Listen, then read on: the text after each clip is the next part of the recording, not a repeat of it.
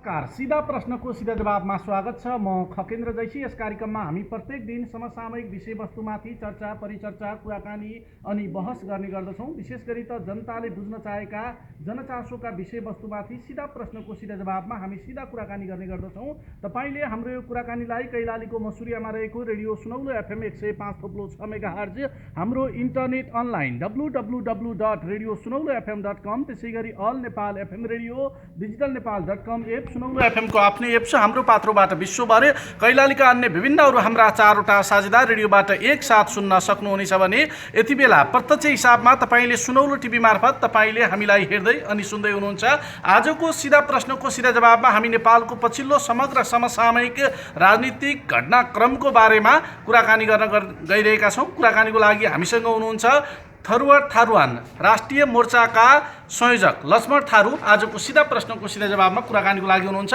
उहाँलाई हामी कार्यक्रममा वेलकम गर्छौँ, स्वागत गर्छौँ। लक्ष्मण थारूजी, यहाँलाई स्वागत छ सीधा प्रश्नको सीधा जवाबमा खकेन्द्र जैसीको साथमा। धन्यवाद। अहिलेको अवस्थामा प्रधानमन्त्री केपी शर्मा ओली सफल कि असफल हाम्रो देशमा? उहाँको काम कारबाही क्रियाकलाप हेर्ने हो भने अहिलेसम्म असफल, भ्रष्ट, निर्दयी, देशलाई दुर्घटनामा हाल्ने, देशलाई कङ्गाल बनाउने, देशलाई नयाँ चिज केही दिन नसकेको। तर तपाईँले यो भनिरहँदा उहाँको जुन प्लान छ, भिजन छ, सुखी नेपाली समृद्ध नेपाल बनाउने, होइन, जनआवश्यकता अनुसार काम गर्ने, घर घरमा ग्यासको पाइपलाइन पुगाउने, रेल कुदाउने, होइन, पानी जहाज कुदाउने, हावाबाट बिजुली निकाल्ने, उहाँको यो सपनालाई साकार पार्नको लागि त सबैको साथ सहयोग समर्थन आवश्यक छ। तपाईँहरू विरोध गर्दै हुनुहुन्छ, उहाँलाई असफल पार्न खोज्दै हुनुहुन्छ।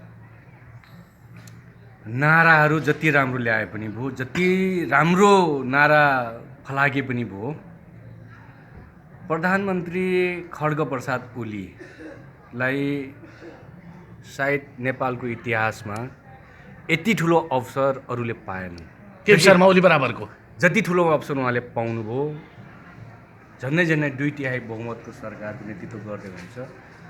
र मैले मात्रै होइन, देशभरि र संसारभरि छरिएका नेपाली युवाहरू उहाँको हरेक हरकत, हरेक क्रियाकलाप र हरेक प्लान वाहियत नारामा सीमित छ। म भन्दैछु,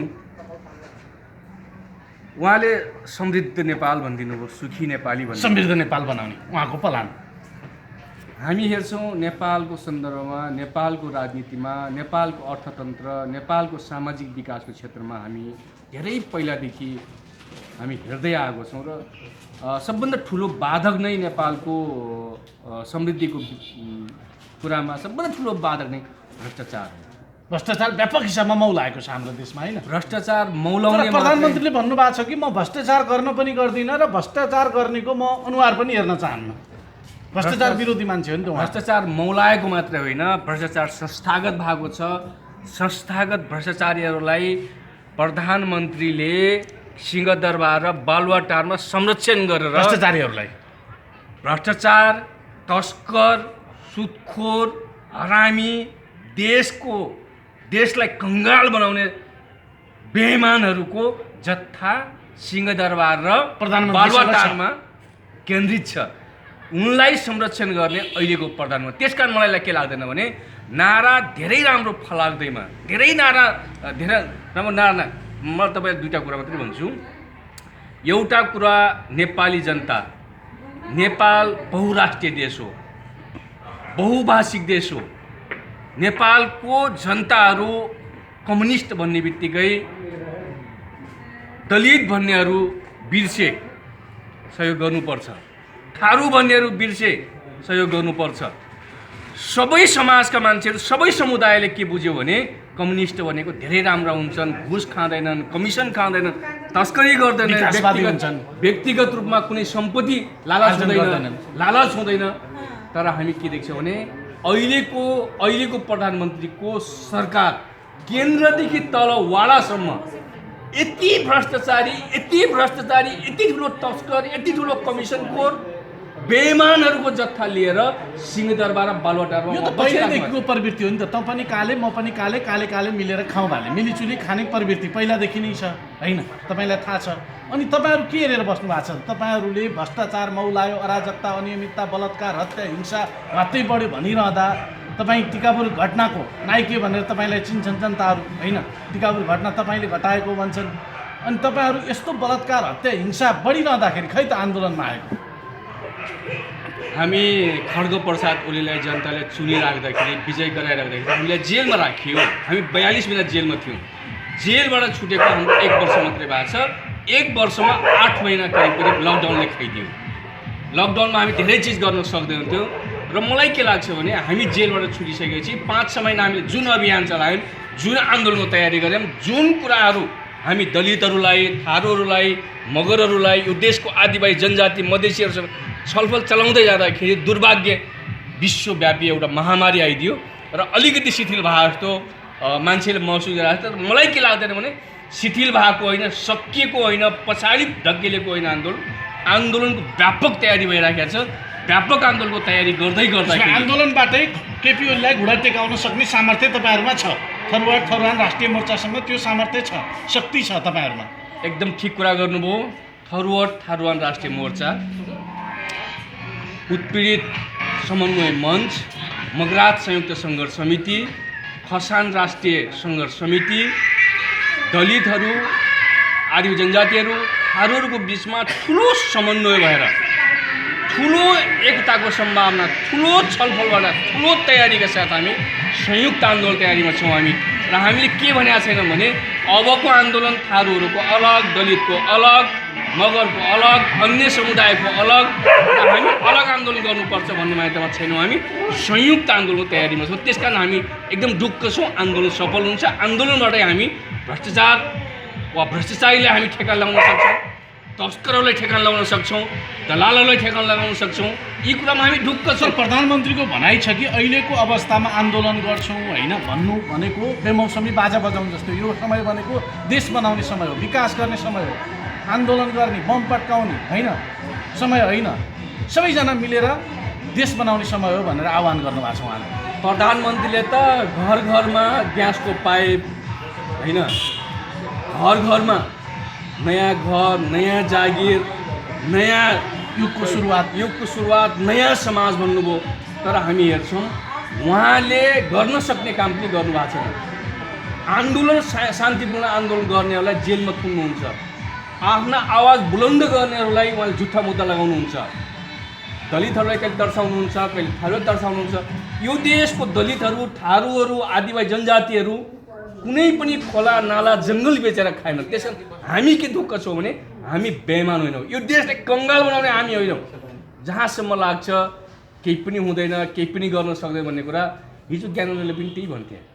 बन्दुकको बलमा, वर्दीको बलमा, अदालतको बलमा र त्यो शक्ति, सत्ताको शक्ति दुरुपयोग गरेर अहिले पनि केपी ओलीले भन्दैछन् कि यो दलितहरूले गर्ने आन्दोलन, थारूले गर्ने आन्दोलन, आदिवासी जनजातिले गरेको आन्दोलन सही ठाउँमा छैन, ठिक छैन उनले भन्ने कुरा उनको कुरा। तर हामी के बुझाएको छौँ भने जब अपराधी शासकहरू तानाशाहमा पुग्छन्, तानाशाहहरू जनताको विरुद्ध त्यसमा तानाशाह बुट बजार्छन्, जनतालाई झुट्टा मुद्दा लगाउँछन्, जेलमा हाल्छन्, उत्पीडित समुदायलाई एक हुन दिन्नन्, फुटाउन खोज्छन् र भ्रष्टाचार गरेर त्यही सिंहदरबारभित्र, बालुवाटारभित्र आफ्नो सत्ता जोगाउनको लागि राष्ट्रियताको सवालको कुरा गर्ने चट्टाने अडान भएको नेता हो नि त केपी ओली। तपाईँलाई थाहा छ जुन हिसाबमा नाकाबन्दी भयो, नाकाबन्दी हुँदाखेरि उहाँले अडान लिनुभयो, त्यसलाई नेपाली जनताले मन पराए, बहुमत दिए नेकपालाई। तत्कालीन समयमा एमाले र माओवादीको गठबन्धनलाई लिपुलेक, कालापानी, लिम्पिया, धुरा सहितको नक्सा जुन उहाँले सार्वजनिक गर्नुभयो, जनताले हाई गरे केपी ओलीको। तपाईँले जति विरोध गरे पनि राष्ट्रवादी छ त यो देशमा, थारूहरू छ, दलितहरू छ। त्यसमा केपी ओलीलाई राष्ट्रवादी नेता मान्न तयार हुनुहुन्न तपाईँ? राष्ट्रवादी होइन, राष्ट्रघाती हो उहाँ। टनकपुर महाकाली सन्धि गर्ने को? टनकपुर र महाकाली बेच्ने नै खड्गप्रसाद ओली हुन्। गण्डक सम्झौता गर्ने को? कर्णाली बेच्ने को? कोशी बेच्ने को? आज बहुत ठुलो राष्ट्रवादी हुने राष्ट्रवाद यो देशको सीमा रक्षा गर्छ त यो जनताले गर्छ। यो देशको जङ्गल रक्षा गर्छ, सीमा रक्षा गर्छ, यो देशको खोलानाला रक्षा गर्छ। राष्ट्रियताको सवालमा सबभन्दा इमान्दार थारूहरू बोर्डरमा छन्, दलितहरू छन्, मगरहरू छ, तामाङहरू छ। अहिलेको घुसियाहरू कमिसनखोरहरू राष्ट्रवादी हुनै सक्दैनन्। राष्ट्रवादी हो भने यिनले भन्नु पर्यो हामीले टनकपुर बेचेर खायौँ, महाकाली बेचेर खायौँ। हिजो महाकाली बेच्दा, टनकपुर बेच्दा कति खुसी थिए यिनीहरू। काठमाडौँ घर बनाए, गाडी किने, छोराछोरीले विदेशमा बनाए। यस्ता पनि राष्ट्रवादी हुन्छ र यो त एकछिन जनतालाई छारो हाल्ने, मिडियाहरूलाई आफ्नो कब्जामा लिएर आफ्ना प्यानलका मान्छे सस्तो लोकप्रियताको लागि मात्रै हो केपी शर्मा ओलीको राष्ट्रवाद मात्रै हो। अब जुन पछिल्लो समयमा केपी ओली र प्रचण्डको बीचमा पानी बाराबारको स्थिति सिर्जना भएको छ, आरोप प्रत्यारोप छ। तपाईँ पनि हिजो प्रचण्डसँग सहकार्य गरेको मान्छे, उहाँहरू बीचको यो आन्तरिक विवादलाई, घर झगडालाई तपाईँले कसरी हेर्नु भएको छ? यो पैसाको मोलमोलाई हो, केपी ओली र प्रचण्डको पद र प्रतिष्ठाको मोलमोलाई हो। यो देशमा कम्युनिस्टै छैन, कम्युनिस्ट हुँदै होइनन् यिनीहरू।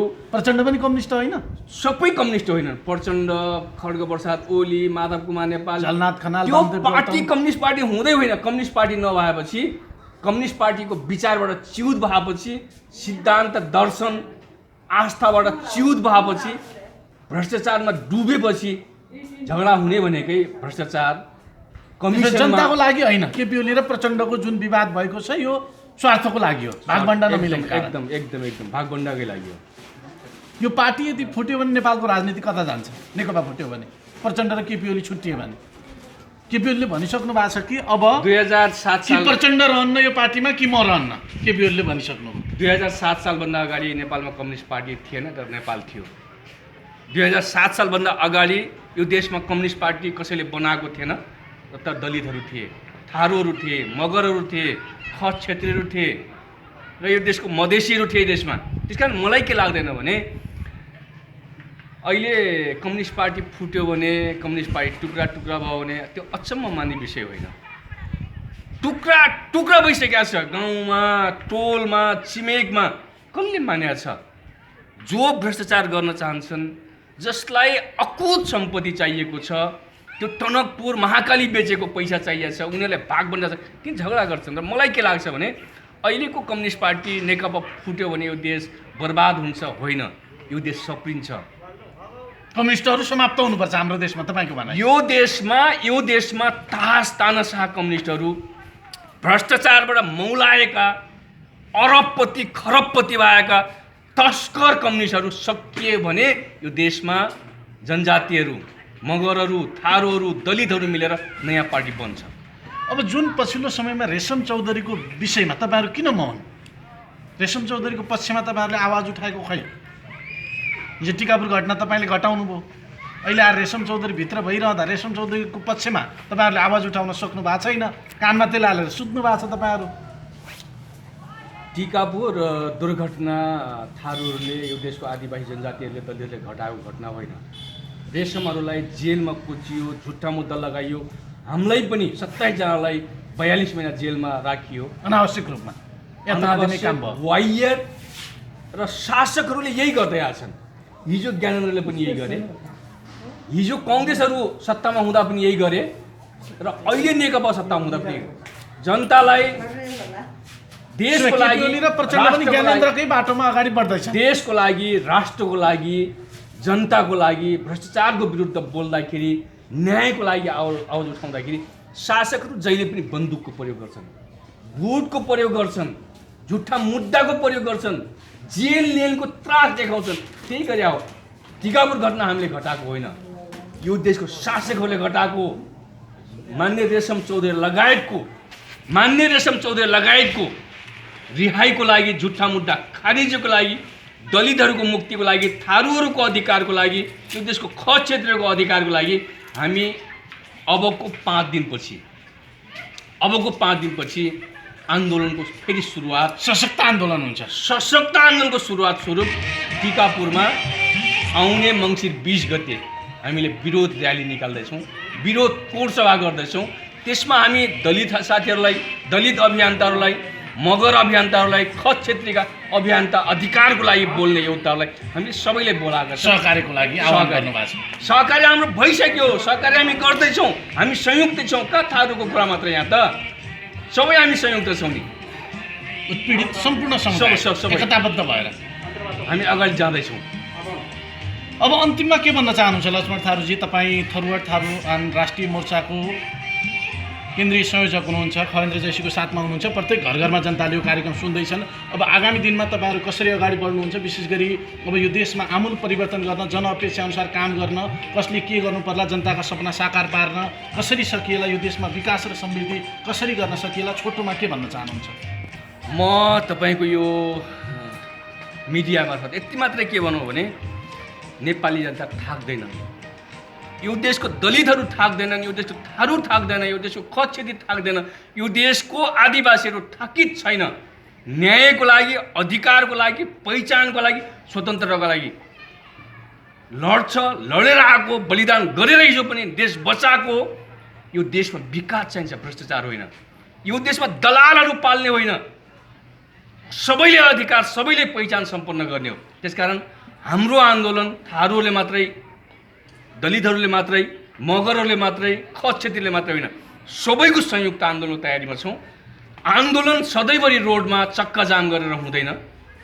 छलफल, विचार, लेनदेन, विचार विमर्शहरू सबै संयुक्त हामी गर्ने पहलको थालनी टिकापुरबाट गर्दैछौँ, जसको लागि टिकापुर 20 गते सबै समुदायको, उत्पीडित सबै समुदाय क्षेत्रका मान्छेहरू, आम नागरिकहरू टिकापुरमा न्यायको लागि, रेशम चौधरीको रिहाईको लागि, दलितहरूमाथि भएको उत्पीडनको विरुद्धमा, थारूहरूमाथि परेको अन्यायको विरुद्धमा त्यो एउटा सानो कोण सभा, विरोध सभा भइराखेको छ। त्यसमा सहभागिताको लागि म सबैले अपिल गर्छु, आउने मङ्सिर 20 गते टिकापुर आउनुहोस्, एउटा शान्तिपूर्ण र्यालीमा सहभागी हुनुहोस्।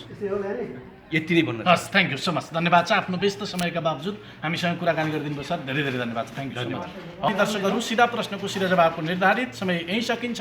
आजको सिधा प्रश्नको सिधा जवाबमा हामीले नेपालको पछिल्लो समसामयिक समग्र राजनीतिक घटनाक्रम, विशेष गरी थरुवाड थारूआन राष्ट्रिय मोर्चा नेपालले के कसरी अगाडि बढ्दैछ आगामी दिनमा, यस विषयमा केन्द्रित रहेर कुराकानी अनि बहस गऱ्यौँ। कुराकानीको लागि हामीसँग हुनुहुन्थ्यो थरुवाड थारूआन राष्ट्रिय मोर्चा नेपालका केन्द्रीय संयोजक लक्ष्मण थारू। आफ्नो अमूल्य समयका बावजुद हामीसँग कुराकानी गरिदिनु भयो, उहाँलाई धन्यवाद। तपाईँ सम्पूर्ण श्रोता दर्शकप्रति आभार व्यक्त गर्दै सम्पूर्ण युनिटसहित खगेन्द्र जैसी बिदा हुन्छु। नमस्कार।